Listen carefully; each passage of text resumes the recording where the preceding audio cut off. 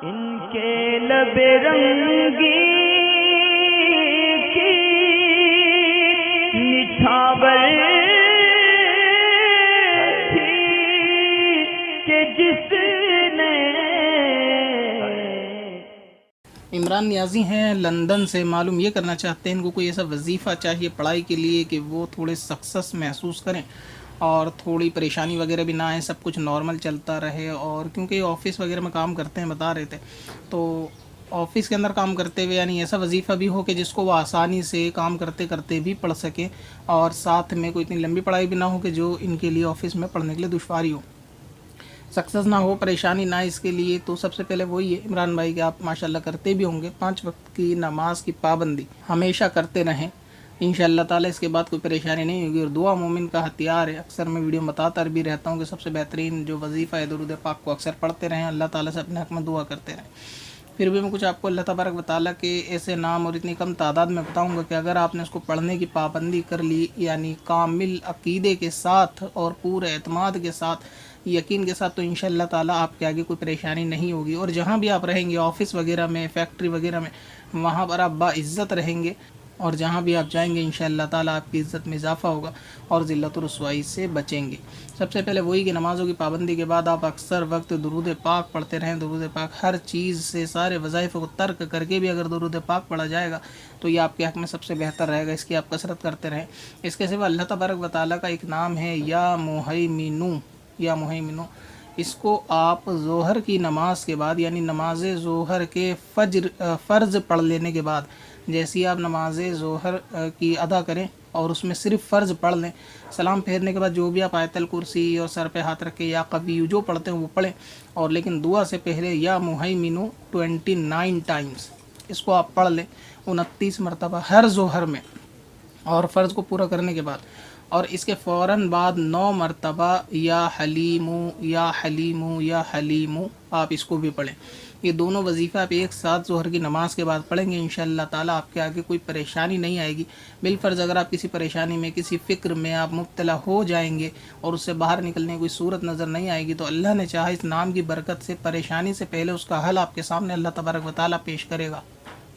यहाँ तक कि आपके दिल में भी वो बात आएगी कि इस परेशानी से निकलने का ज़रिया क्या है। तो आप कभी भी फ़िक्र में, टेंशन में अगर आप रहेंगे तो इंशाअल्लाह ताला इसके पढ़ने की आदत और बरकत की वजह से होगा ये कि आप हर परेशानी से बहुत आसानी से निकल जाएंगे। आपको खुद एहसास नहीं होगा कि परेशानी आई और चली गई। तो ज़ोहर की नमाज़ इसको हर शख्स भी पढ़ सकते हैं। ज़ोहर की नमाज़ के बाद अव्वल आखिर दुरूद पाक पढ़ें, 11-11 मरतबा पढ़ लें, 3 मरतबा पढ़ लें। और अगर आप दरूद पाक कई वजीफ़े पढ़ते हैं ना एक साथ, जैसे 2 या 3, तो अव्वल आखिर एक ही दरूद पाक काफ़ी हो जाता है। मतलब ये कि अव्वल में कुछ दरूद पाक 2-3 बार पढ़े, बीच में 2-3 वजीफ़े पढ़ लिए, फिर आखिर में 2-3 दरूद पाक पढ़ लिया, तो इस तरह भी चल जाएगा। और हर वजीफ़े के अलग से दरूद पाक पढ़ना चाहें, मतलब आप 29 बार या मुहैमिनु पढ़ेंगे तो इसके अव्वल आखिर अलग दरूद पाक 3-3 बार पढ़ना चाहें तो ठीक है। और या हलीमु पढ़ेंगे इसके अलग पढ़ लें। तो इस तरीके से आप या मुहैमिनु 29 बार या हलीमु 9 मरतबा ज़ोहर के फ़र्ज़, सिर्फ फ़र्ज़ पढ़ने के बाद आप इसको पढ़ने की आदत बना लें हमेशा। इस्लामी बहनें इसको हैज़ की हालत में पढ़ सकती हैं। अब नमाज़ तो नहीं पढ़ेंगी तो नमाज़ ना पढ़ें, लेकिन ज़ोहर के वक्त में ख़ुद पढ़ लें, बग़ैर नमाज के भी इसको पढ़ सकते हैं, बग़ैर तस्बीह के।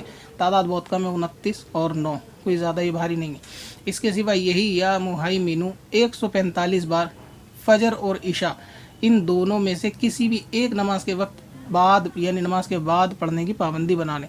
अब ये आप अपना शेड्यूल देख लें लाइफ का कि फ़जर में आपको आसानी है, वक्त की किल्लत तो नहीं है, या इशा में आसानी है। इन दो नमाज़ों में जब आपको आसानी हो ना, किसी भी एक नमाज़ को चूज़ कर लें और उस नमाज में या मुहैमिनु 145 मरतबा इसी को पढ़ लिया करें, तो इंशाअल्लाह ताला ये 2 वजीफ़े आपके लिए काफ़ी होंगे। इसके सिवा आपने कहा कि ऑफ़िस वगैरह में रहते हैं, तो ऑफ़िस वगैरह के अंदर एक मामला ये भी है कि वहाँ आप अक्सर दरूद पाक ही पढ़ें, क्योंकि ये तो फ़िक्स हैं या मुहैमिनु और 145 और 9, लेकिन दरूद पाक अक्सर पढ़ते रहें।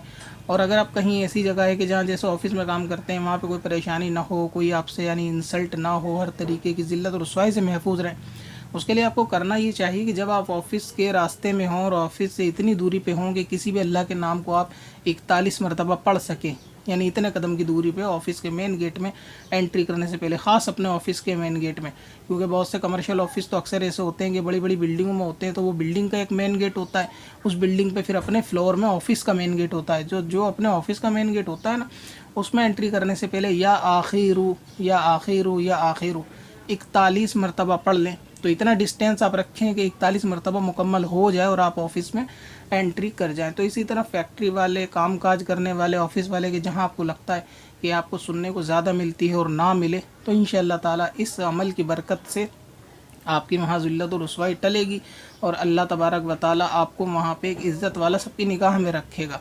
तो आप ये भी कर लें इमरान भाई कि जब आप ऑफिस के अंदर एंट्री करें तो या आखिरू कह कर ही एंट्री करें।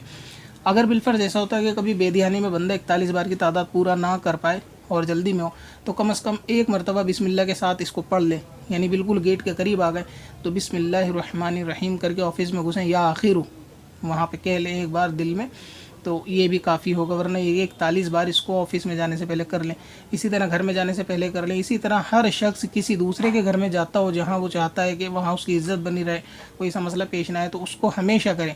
यानी किसी ऐसे घर के में भी आप अगर चले जाएंगे कि जहाँ आपका दुश्मन हो और आपको ज़िल्लत और रुसवाई का सामना करने के लिए ही बुलाया जा रहा हो, अगर आप इस नाम को 41 बार पढ़ के जाएंगे, इंशाअल्लाह ताला दुश्मन की ज़बान भी आपके आगे आपको रुसवा करने के लिए खुलेगी नहीं, अल्लाह ने चाहा तो इसकी आदत बना लें। हर किसी के घर में जाने से पहले रास्ते में 2-4 कदम की दूरी पर या आखिरू या आखिरू या आखिरू का विर्द करते हुए ही एंट्री करें। अपना घर हो, पराया घर हो, ऑफिस हो, फैक्ट्री हो, कारखाना हो, दुकान हो, मकान हो, शॉप हो, कहीं भी हो, तो आप इसकी कसरत करें। तो ये 2-3 वजीफ़े मैंने आपको बताए हैं, आप इंशाअल्लाह ताला इसको पढ़ें तो आप तमाम परेशानियों से, क्योंकि ऑफिस में काम करने वालों, फैक्ट्री में काम करने वालों की आधी परेशानी तो ये होती है कि उनको बॉस से सुनना पड़ता है, तो ये भी एक किस्म की परेशानी और फ़िक्र रहती है दिमाग के अंदर, तो टेंशन इससे भी हो जाती है। तो मैंने इसको दूर करने के लिए भी बता दिया। तो आप ये तीनों वजीफ़ों की कसरत करें पूरे कामिल अकीदे के साथ, नमाज की पाबंदी भी रखें, दरूद पाक अक्सर पढ़ते रहे, तो इंशाअल्लाह ताला आपके आगे कोई परेशानी नहीं आएगी। वैसे वजीफ़ों के जो ना सवालात आजकल ज़्यादा आ रहे हैं, और कभी सलमान भाई सोचे कि मैं उनका कॉम्पिटिटर बनने की तैयारी में हूँ, ऐसा नहीं है, मगर ये कि सवाल लंदन से था, तो ये एक ऐसी जगह पे है कि जहाँ जल्दी से मस्जिद, मदरसे या फिर इमाम वगैरह मिलना मुश्किल होते हैं, तो इस तरीके के लोगों के सवालों पे थोड़ा ज़्यादा ध्यान देना पड़ता है।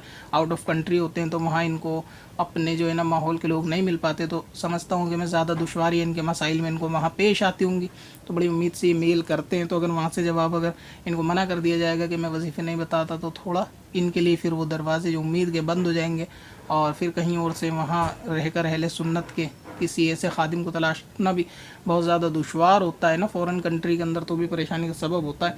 बाकी कि ऐसा कोई मेरा इरादा नहीं है वजीफ़े वगैरह का चैनल शुरू करने के लिए। पत्थर में हसन लाले पुरनवार